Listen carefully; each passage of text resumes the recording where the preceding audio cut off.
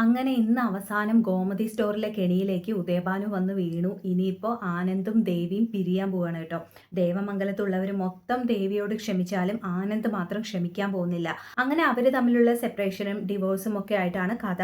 ഇനി കഥ അങ്ങനെയാണ് പോകുന്നത്. അപ്പൊ അതിനു മുമ്പ് എന്താന്ന് വെച്ചാൽ നമ്മുടെ ജീവൻ അനുവിനോട് അനു പഠിച്ച് കളക്ടർ ആയതിനു ശേഷം വരാന്നൊക്കെ പറഞ്ഞ് പോയിട്ടുണ്ട്. അങ്ങനെ ദേവമംഗലത്തുള്ളവർ മൊത്തം ഹാപ്പി ആയിട്ടോ. അനുവും ഹാപ്പിയായി, ബാലന് ഗോമതി എല്ലാവരും ഹാപ്പി ആയിട്ട് ഇരിക്കുമ്പോഴാണ് നമ്മുടെ ഇന്ദിരാമ്മ ഗോമതിയോട് വന്നിങ്ങനെ ആ ഒരു കാര്യം എടുത്തിടുന്നത്. എന്താന്ന് വെച്ചാൽ അലോകിന്റെയും കേസിന്റെയും കാര്യങ്ങളൊക്കെ ആലോചിച്ച് എൻ്റെ വിഷമം ഇപ്പോഴും മാറിയിട്ടില്ല മോളെ.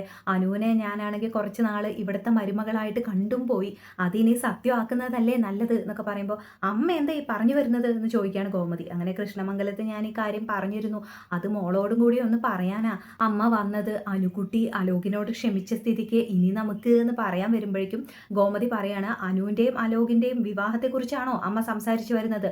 അത് നടക്കില്ല അമ്മേ. അനു അലോകിനോട് ക്ഷമിച്ചു എന്ന് ആരാ അമ്മയോട് പറഞ്ഞത്? അമ്മ കരയുന്നത് കാണാൻ വയ്യാതെ അമ്മയ്ക്ക് വേണ്ടിയും എനിക്ക് വേണ്ടിയും എൻ്റെ മോൾ ആ തീരുമാനം എടുത്തത്. അല്ലാതെ അലോകിനോട് ക്ഷമിക്കാൻ എനിക്കോ എൻ്റെ മോൾക്കോ ഈ ജന്മത്ത് കഴിയില്ല. അമ്മ ഈ പറഞ്ഞ കാര്യം ഒരിക്കലും നടക്കാൻ പോകുന്നില്ല എന്നൊക്കെ പറഞ്ഞ് ഗോമതി ആ ഒരൊറ്റ തീരുമാനം പറയാണ്. അതോടുകൂടി ഇന്ദിരാമ്മയുടെ പ്ലാൻ മുഴുവൻ പൊളിഞ്ഞു. അങ്ങനെ അടുത്ത സീനായിട്ടാണ് ഉദയഭാനുവിനെ കാണിക്കുന്നത്. ഉദയഭാനു രാവിലെ തന്നെ വെള്ള ഷർട്ടും വെള്ള മുണ്ടൊക്കെ കൊടുത്ത് വിക്കൊക്കെ വെച്ച് ഇങ്ങനെ ഡീസൻ്റ് ആയിട്ട് ഇറങ്ങുകയാണ്. എങ്ങോട്ടാന്ന് ശ്രീകല ചോദിക്കുമ്പോൾ ഉദയഭാനു പറയുന്നുണ്ട്, ഒരാളെ കാണാനുണ്ട്, അത്യാവശ്യമായിട്ട് കാണാനുണ്ട്. നീ ഒരു കാര്യം ചെയ്യ്, വീട്ടിലേക്ക് എന്തെങ്കിലും സാധനങ്ങളൊക്കെ വേണമെങ്കിൽ അതിൻ്റെ ഒരു ലിസ്റ്റ് ഇതാ, ഞാൻ വരുമ്പോൾ വാങ്ങിച്ചുകൊണ്ട് വരാമെന്നൊക്കെ പറയുമ്പോൾ അതിന് നിങ്ങളുടെ കയ്യിൽ പൈസ ഉണ്ടോ ചോദിക്കുന്നുണ്ട്. അതൊന്നും നീ അറിയണ്ട, എനിക്ക് പണം ഇപ്പോൾ ഒരു സ്ഥലത്ത് നിന്ന് കിട്ടാനുണ്ട്, അത് വെച്ച് ഞാൻ വരുമ്പോൾ വാങ്ങിച്ചുകൊണ്ട് വരാം, നീ ലിസ്റ്റ് എടുക്ക് എന്നൊക്കെ പറയുന്നുണ്ട്. അങ്ങനെ ശ്രീകല വലിയൊരു ലിസ്റ്റൊക്കെ എഴുതി കൊടുക്കുകയാണ്. അതും വാങ്ങിച്ചുകൊണ്ട് ഉദയഭാനു വലിയ കാര്യത്തിൽ പോക്കറ്റിലിട്ട് പോകാൻ നിൽക്കുമ്പോൾ ശ്രീകല വീണ്ടും പറയാണ്, വേറൊരാളുടെ റേഷൻ കാർഡ് വാങ്ങിച്ച് പണയം വെച്ച് അയാളെ പറ്റിച്ച് 5000 രൂപ തട്ടിയെടുത്തില്ലേ, അയാൾ റേഷൻ കാർഡ് ചോദിച്ചുകൊണ്ടിരിക്കുക, അത് നമുക്ക് എടുത്തു കൊടുക്കണ്ടേ എന്ന് പറയുമ്പോൾ ഉദയഭാനു പറയുന്നുണ്ട്, അതിനും പരിഹാരം കാണാം, ഞാനൊന്ന് പോയി വരട്ടെ, എല്ലാത്തിനും പരിഹാരമാവും എന്നൊക്കെ പറഞ്ഞ് ഇങ്ങനെ പോകുമ്പോൾ ശ്രീകല ഇങ്ങനെ ആലോചിക്കുകയാണ്, ഓ ഇയാൾ കൊള്ളാലോ എന്നൊക്കെ. ശ്രീകലയ്ക്ക് ഇപ്പോഴും അറിയില്ല കേട്ടോ എവിടെ നിന്നാണ് ഈ പണം കൊണ്ടുവരുന്നത്, ഇയാളുടെ പരിപാടി എന്താണെന്ന് അറിയില്ല. ആരെയോ പറ്റിച്ചോ വെട്ടിച്ചോ ആണ് ഈ പണമൊക്കെ കൊണ്ടുവരുന്നതെന്ന് മാത്രം ശ്രീകലയ്ക്ക് നന്നായിട്ട് അറിയാം, അല്ലാതെ അധ്വാനിച്ചുണ്ടാക്കാനൊന്നും ഇയാൾക്ക് കഴിവില്ലല്ലോ. പക്ഷെ എവിടെ നിന്നാണെന്ന് ഇപ്പോഴും അറിയില്ല കേട്ടോ. അങ്ങനെ ഉദയഭാനു പോവാണ്, നേരെ ഗോമതി സ്റ്റോറിലേക്ക് പോവാണ്. അവിടുന്ന് കുറച്ച് പണം കളക്ട് ചെയ്തുകൊണ്ട് വന്നിട്ട് വേണം ബാക്കി കാര്യങ്ങളൊക്കെ ഇവിടെ നടപ്പിലാക്കാൻ എന്ന് പറഞ്ഞ് നേരെ പോവാണ്. അങ്ങനെ അവിടെ പോയി നോക്കുമ്പോൾ അവിടെ ദേവിയുണ്ട്, രാമേട്ടനുണ്ട്. അങ്ങനെ എന്താ മോളെ ദേവി, എന്താ വിശേഷം എന്നൊക്കെ പറഞ്ഞ് ദേവിയുടെ അടുത്ത് പോയി ഇരിക്കുന്നു. അങ്ങനെ രാമേട്ടൻ കാണാത്ത പോലെ ദേവി ഉദയഭാനുവിനോട് ചോദിക്കുകയാണ്, അച്ഛൻ എന്തിനാ ഇങ്ങോട്ട് വന്നത്? എൻ്റെ അനിയനെ പറ്റിക്കാൻ വന്നതല്ലേ? ആകാശിന്റെ ഫ്രണ്ടിന്റെ ഭൂമി അച്ഛൻ വാങ്ങാൻ പോവാണെന്ന് പറഞ്ഞ് ആകാശിനെ പറ്റിക്കാനല്ലേ ഈ വരവ്? അതൊന്നും നടക്കില്ല അച്ഛാ, ഞാൻ ഒരു കാലത്തും അതൊന്നും സമ്മതിക്കില്ല, അച്ഛൻ ഇവിടെ നിന്ന് ഇറങ്ങി പോയേ എന്നൊക്കെ പറയുമ്പോൾ മോൾ എന്താ ഇങ്ങനെയൊക്കെ സംസാരിക്കുന്നത്? അച്ഛൻ ഇപ്പോൾ പഴയതുപോലെ ആൾക്കാരെ ചതിക്കുന്നൊന്നുമില്ല, അതെന്താ മോള് മനസ്സിലാക്കാത്തതെന്നൊക്കെ പറഞ്ഞ് നല്ലവനെ പോലെ സംസാരിക്കുകയാണ്. അങ്ങനെ ദേവിക്ക് കുറച്ച് പാവം തോന്നുന്നുണ്ട്. അങ്ങനെ കസ്റ്റമേഴ്സൊക്കെ കടയിൽ വരുന്നു, രാമേട്ടൻ ബിസി ആവുന്നു, ദേവി ബിസി ആവുന്നു. ആ ഗ്യാപ്പ് നോക്കി ഉദയഭാനു ആ കടയിലെ ആ മേശ വലിപ്പിന്ന് കുറച്ച് പണം എടുത്ത് അടിച്ചു മാറ്റുകയാണ് കേട്ടോ. അതൊക്കെ ഈ ക്യാമറയിൽ റെക്കോർഡ് ആവുന്നുണ്ട്. അങ്ങനെ പണമൊക്കെ അടിച്ചു മാറ്റിയ ശേഷം ഉദയഭാനു ഒന്നും അറിയാത്ത പോലെ ഇങ്ങനെ ഇരിക്കുകയാണ്. അപ്പോൾ ദേവി വരുന്നുണ്ട്. എന്താ അച്ഛൻ ഈ വരവിൻ്റെ ഉദ്ദേശം? അച്ഛനൊന്ന് പോകുന്നുണ്ടോ? എന്നെ ഇങ്ങനെ ടെൻഷൻ ആക്കല്ലേ എന്നൊക്കെ പറയുമ്പോൾ നിന്റെ ശമ്പളം വന്നാൽ ഉടനെ പറയണേ എന്നൊക്കെ പറഞ്ഞ് ഉദയഭാനു അവിടെ നിന്ന് ഇറങ്ങി പോവാണ്. അങ്ങനെ പോകുമ്പോൾ ദേവിക്ക് പാവം തോന്നിയിട്ട് ഒരു 500 രൂപ എടുത്ത് കയ്യിൽ കൊടുക്കുന്നുണ്ട്. അപ്പോൾ അത് വാങ്ങിച്ചുകൊണ്ട് പോവാണ് കേട്ടോ ഉദയഭാനു. അങ്ങനെ പതിവ് പോലെ ദേവി വൈകുന്നേരം വീട്ടിലേക്ക് വരുന്നു. വീട്ടിലേക്ക് വന്ന ശേഷം കടയിലെ കണക്കുകളൊക്കെ അന്നത്തെ കണക്കുകളൊക്കെ നോക്കിക്കൊണ്ടിരിക്കുകയാണ്. നോക്കുമ്പോൾ ഒരു 5000 രൂപ കുറയാണ്. അങ്ങനെ ദേവി ടെൻഷൻ ആവാൻ തുടങ്ങി. അങ്ങനെ കുറേ പിന്നെയും കണക്ക് കൂട്ടി നോക്കുന്നു. 5000 രൂപയുടെ കുറവ് എന്തായാലും ഉണ്ട്. അപ്പോൾ പിന്നെ അനുക്കുട്ടിയെ വിളിക്കുകയാണ്. അങ്ങനെ അനുമോളെ ഇവിടെ വന്നൊന്നിരുന്നേ, ഇതൊന്ന് കണക്ക് കൂട്ടി നോക്കിയേ, ഇനിയിപ്പോൾ ഞാൻ നോക്കിയതിൻ്റെ തെറ്റാണോ എന്ന് അറിയില്ലല്ലോ എന്നൊക്കെ പറയുമ്പോൾ ഏട്ടത്തി ടെൻഷൻ ആവല്ലേ, ഞാനൊന്ന് നോക്കട്ടെ എന്നൊക്കെ പറഞ്ഞ് അനുശ്രീ നോക്കുന്നുണ്ട്. അപ്പോഴും കണക്ക് ശരിയാണ്, 5000 രൂപയുടെ കുറവുണ്ട്. അങ്ങനെ മീനും മിത്രയും വരുന്നു, അവരോടും പറയുന്നുണ്ട്, അങ്ങനെ അച്ഛൻ എന്തെങ്കിലും ആവശ്യത്തിന് എടുത്തതായിരിക്കില്ലേ എന്നൊക്കെ അവർ പറയുമ്പോൾ അച്ഛൻ എടുത്തതായിരിക്കും അല്ലേ, ഹാവു ഞാൻ ഒരുപാട് ടെൻഷനായി പോയി എന്നൊക്കെ ദേവി പറയുമ്പോൾ ഇക്കണക്കിന് പോയ ദേവി ഏട്ടത്തേക്ക് BP കൂടി നിലത്ത് വീഴുമല്ലോ എന്നൊക്കെ മീനു പറയുന്നുണ്ട് കേട്ടോ. എന്നിട്ടും ദേവിക്ക് സമാധാനം ഒന്നുമില്ല. ദേവി അച്ഛനോട് ഇപ്പം തന്നെ ഈ കാര്യം ചോദിച്ചേ പറ്റൂ, ഇല്ലെങ്കിൽ എനിക്കൊരു സമാധാനം കിട്ടില്ല എന്നൊക്കെ പറഞ്ഞ് അച്ഛനെ വിളിച്ച് ചോദിക്കുകയാണ്. അങ്ങനെ 5000 രൂപയുടെ കുറവുണ്ട് അച്ഛാ എന്ന് പറയുമ്പോൾ അച്ഛൻ, അത് ഞാൻ ദേവിയോട് പറയാൻ മറന്നുപോയതാ, ഞാനൊരു 5000 രൂപ കടയിൽ നിന്ന് എടുത്തിരുന്നു എന്ന് പറയുന്നുണ്ട്. ഇപ്പോഴാ സമാധാനം ആയത് എന്നൊക്കെ പറയാണ് ദേവി. അങ്ങനെ ഇതെല്ലാം കേട്ടുകൊണ്ട് നിൽക്കണം നമ്മുടെ ആനന്ദ് വിചാരിക്കുകയാണ്, പണം മിസ്സായതായിരുന്നെങ്കിൽ ഈ വീഡിയോ നോക്കി കണ്ടുപിടിച്ച് ഇപ്പം തന്നെ എല്ലാം തെളിയിക്കായിരുന്നു.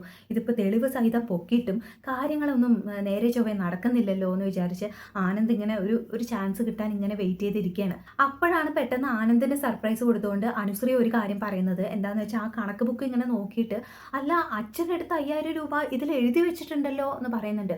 അപ്പോൾ ദേവി വാങ്ങിച്ചു നോക്കുന്നു. ആ ശരിയാണല്ലോ, അച്ഛൻ രാമേട്ടനോട് പറഞ്ഞു, രാമേട്ടൻ എന്നോട് പറഞ്ഞു, ഞാൻ അപ്പം തന്നെ അത് എഴുതി വെക്കുകയും ചെയ്തു. ആ പണമല്ല അച്ഛാ, മിസ്സായത് വേറെ പണമാണെന്ന് പറയുമ്പോൾ ആനന്ദ് യെസ്, ഇന്ന് ഞാൻ എല്ലാം തെളിയിക്കും, ആ കള്ളനെ ഞാൻ പൂട്ടും എന്നൊക്കെ മനസ്സിലിങ്ങനെ വിചാരിക്കുകയാണ്.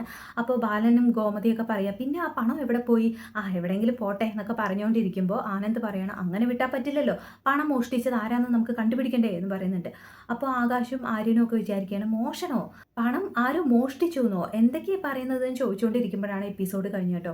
ഇനിയിപ്പോൾ നാളത്തെ എപ്പിസോഡിൽ എന്താണെന്ന് വെച്ചാൽ ആനന്ദ് എല്ലാ കാര്യങ്ങളും പറയാൻ പോകുന്നുണ്ട്. പണം മോഷ്ടിച്ചതാണെന്ന് വെച്ചാൽ കടയിൽ നിന്ന് ഒരു കള്ളൻ സ്ഥിരമായിട്ട് വന്ന് പണം മോഷ്ടിക്കാറുണ്ട്.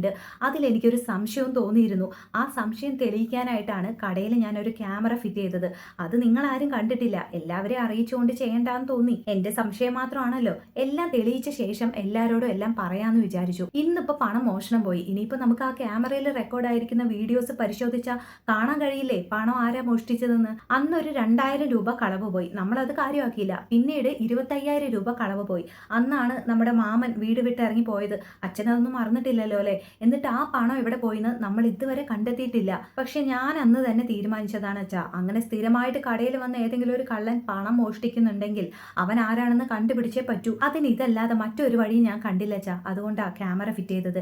ഇന്നിപ്പോൾ പണം കളവ് പോയതിന്റെ പിന്നിൽ എന്താണെന്ന് ആ വീഡിയോ നോക്കിയാൽ മനസ്സിലാവും എന്നൊക്കെ പറയുമ്പോൾ, എന്തായാലും നന്നായി മോനെ എന്നൊക്കെ പറയുന്നുണ്ട് ബാലൻ. അങ്ങനെ ശരി അച്ഛാ, ഞാൻ ഇപ്പം കണ്ടുപിടിച്ച് തരാം കള്ളൻ ആരാണെന്ന്, ഞാൻ ആ വീഡിയോ ഒന്ന് നോക്കട്ടെ എന്നും പറഞ്ഞ് ആനന്ദ് ഇങ്ങനെ നോക്കാൻ പോകുന്നുണ്ട് വീഡിയോ. അപ്പോൾ ആ സമയത്ത് ആകാശും ആര്യനൊക്കെ പറയാണ്, എന്നാലും നമ്മൾക്ക് ഈ ബുദ്ധി തോന്നിയില്ലല്ലോ, മാമനെ ഓർത്തെങ്കിലും നമ്മൾ അത് അപ്പം തന്നെ കണ്ടുപിടിക്കാനായിരുന്നു, അത് നമ്മുടെ ഭാഗത്തുനിന്ന് വന്ന് തെറ്റാ.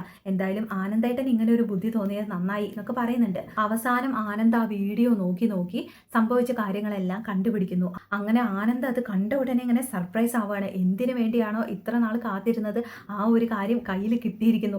ക്യാമറ വെച്ചത് എന്തായാലും വെറുതെ ആയില്ല, എല്ലാം പൊളിഞ്ഞു. ഇവളുടെ കള്ളത്തരം ഇന്നത്തോടെ പൊളിക്കണം, ഇവളെ ഈ വീട്ടിൽ നിന്ന് തന്നെ അടിച്ചിറക്കണം എന്നൊക്കെ മനസ്സിലിങ്ങനെ വിചാരിക്കുകയാണ് ആനന്ദ്. എന്നിട്ട് അച്ഛനോട് പറയുന്നുണ്ട്, അച്ഛൻ ഭക്ഷണം കഴിച്ചു കഴിഞ്ഞോ ചോദിക്കുമ്പോൾ, കഴിഞ്ഞു മോനെ, നീ പറഞ്ഞു വീഡിയോ കിട്ടിയോ ചോദിക്കുമ്പോൾ, കിട്ടി അച്ഛാ, വീഡിയോ കിട്ടി. ഞാൻ വിചാരിച്ച ആള് തന്നെയാ, ഞാൻ സംശയിച്ച ആള് തന്നെയാ മോഷ്ടിച്ചത്. അതാരാണെന്ന് അറിഞ്ഞാലേ നിങ്ങളെല്ലാവരും ഞെട്ടും എന്ന് പറയുമ്പോൾ, ആരാനന്ദേട്ടാ അത് ചോദിക്കുകയാണ് ആര്യനും ആകാശവും ഒക്കെ. ആരാ, നാട്ടുകാരെങ്കിലും ആണോ, നമ്മുടെ സ്ഥിരം കസ്റ്റമേഴ്സ് ആരെങ്കിലും ആണോ എന്ന് ബാലൻ ചോദിക്കുമ്പോൾ ആനന്ദ് പറയാണ്, ആരുമല്ല അച്ഛാ, പുറത്തുനിന്നുള്ള ആരുമല്ല, നമ്മുടെ കുടുംബത്തിലുള്ള ഒരാളാണ് അച്ഛാ മോഷ്ടിച്ചത് എന്ന് പറയുമ്പോൾ ദേവിയും ഞെട്ടുന്നു, ആകാശം ഞെട്ടുന്നുണ്ട്.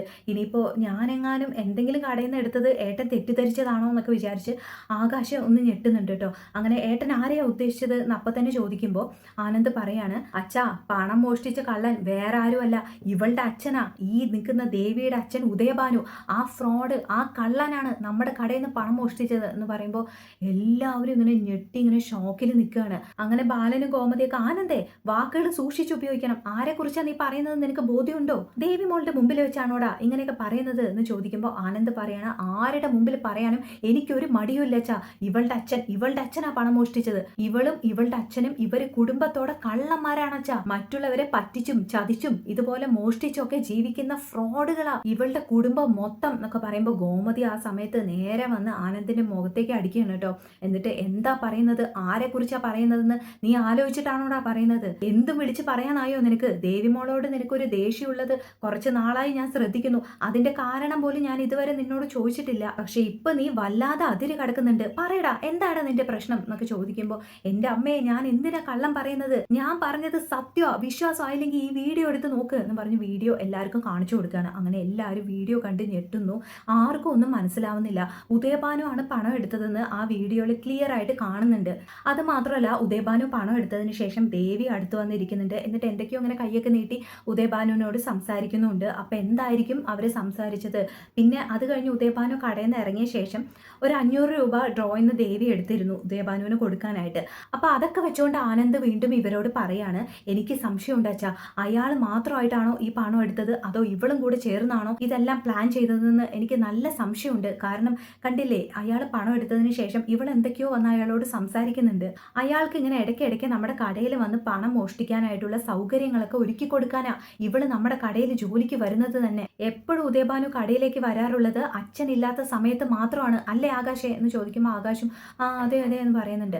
ആ കണ്ടില്ലേ അച്ഛാ, ഇത് തന്നെ കാര്യം. അച്ഛനില്ലാത്ത സമയം നോക്കി ഇവളുടെ അച്ഛനെ വിളിക്കും. ഇവളുടെ അച്ഛൻ കടയിൽ വന്ന് പണം മോഷ്ടിക്കും. അതിനുള്ള സൗകര്യങ്ങളെല്ലാം ഇവൾ ഒരുക്കി കൊടുക്കും. ഇവളുടെ അച്ഛനും എത്ര നാളായെന്നറിയോ നമ്മളെ ഇതുപോലെ പറ്റിക്കാൻ തുടങ്ങിയിട്ട്. കോടീശ്വരനാണ്, പണക്കാരനാണ്, അമേരിക്കയിൽ ബിസിനസ് ഉണ്ട്, കൊറിയയിൽ ബിസിനസ് ഉണ്ട് എന്നൊക്കെ പറഞ്ഞ് എല്ലാം കള്ളമായിരുന്നു അച്ഛാ. കള്ളവും നാടകവും മാത്രം. ഇവർ താമസിക്കുന്ന വീടുണ്ടല്ലോ അതുപോലും ഇവരുടെ സ്വന്തമൊന്നുമല്ല. സ്വന്തമാണെന്നല്ലേ നമ്മുടെ അടുത്ത് പറഞ്ഞിരുന്നത്. പക്ഷെ അങ്ങനെയല്ല, ആരെയോ പറ്റിച്ച് അവിടെ കയറി ഇവർ താമസിക്കുകയാണച്ചാ. കൊള്ളക്കാരാണച്ചാ എല്ലാവരും. നമ്മൾ വെറും പാവങ്ങളായതുകൊണ്ട് ഇവരുടെ വലയിൽ പോയി വീണതാണച്ചാ. ഒരുപാട് നാളായി ഈ കാര്യങ്ങളെല്ലാം ഞാൻ എൻ്റെ മനസ്സിനകത്ത് ഒളിപ്പിച്ചു വെക്കുന്നു. ഇനിയിപ്പോൾ എനിക്ക് അതിന് കഴിയില്ലച്ചാ. അതുകൊണ്ടാണ് ഞാൻ എല്ലാവരോടും എല്ലാം തുറന്നു പറയുന്നത് എന്നൊക്കെ പറയുമ്പോൾ ദേവമംഗലത്ത് ആകെ ഒരു ഭൂകമ്പം നടക്കുകയാണ്. അങ്ങനെ ഇനി ആനന്ദ് വരിയായിട്ട് ദേവിയുടെ കള്ളത്തരങ്ങൾ, ദേവി ഒളിപ്പിച്ചു വെച്ച കാര്യങ്ങളെല്ലാം വരിയായിട്ട് പറയാൻ പോകുന്നുണ്ട് കേട്ടോ. അങ്ങനെ അവസാനം ദേഷ്യം കൊണ്ട് ബാലനും ഗോമതിയും ഉദയഭാനുവിനെയും ശ്രീകലയും വിളിച്ചു വരുത്തി അവരുടെ കൂടെ ദേവിയെ പറഞ്ഞയക്കാൻ പോവാണ്. ഇനി ഒരു നിമിഷം പോലും ഇവളിവിടെ നിൽക്കാൻ പാടില്ലാന്ന്.